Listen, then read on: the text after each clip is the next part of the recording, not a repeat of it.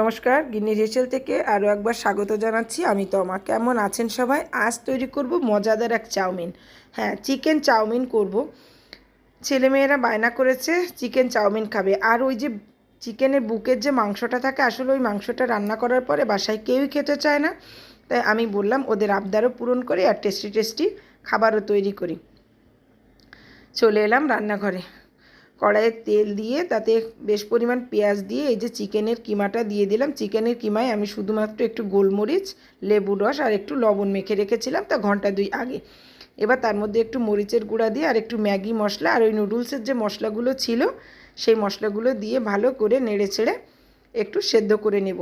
Chicken chowmein খেতে বাচ্চারা খুবই পছন্দ করে, কিন্তু প্রতিদিন তো আর আসলে এভাবে করা যায় না, ওই ফাঁকি ঝুঁকি করাটাই করে দেওয়া হয়। তার মধ্যে দিয়ে দিলাম একটু কাঁচা লঙ্কা আর এই যে বরবটি, গাজর কুচি দিয়ে দিলাম। এর মধ্যে একটু ফুলকপি দিলেও ভালো হয়, কিন্তু আসলে এখন এইগুলোর সবজির সিজন নয় তো, তাই ভালো পাওয়া যায়নি। যাই হোক, ভালো করে সবজিটাকে মাংসের সঙ্গে রান্না করে পাশে রেখে দিলাম।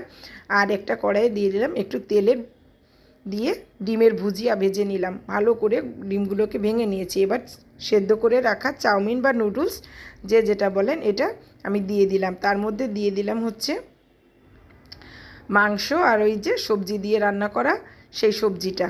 এখন ভালো করে নেড়ে চেড়ে মিশিয়ে নিলেই তৈরি হয়ে যাবে চিকেন চাউমিন। আসলে আমার ছানারা এটা খুবই পছন্দ করে, তাই আমি মাঝে মাঝেই তৈরি করি। ভালো লাগলে লাইক, কমেন্ট, শেয়ার করে পাশে থাকবেন।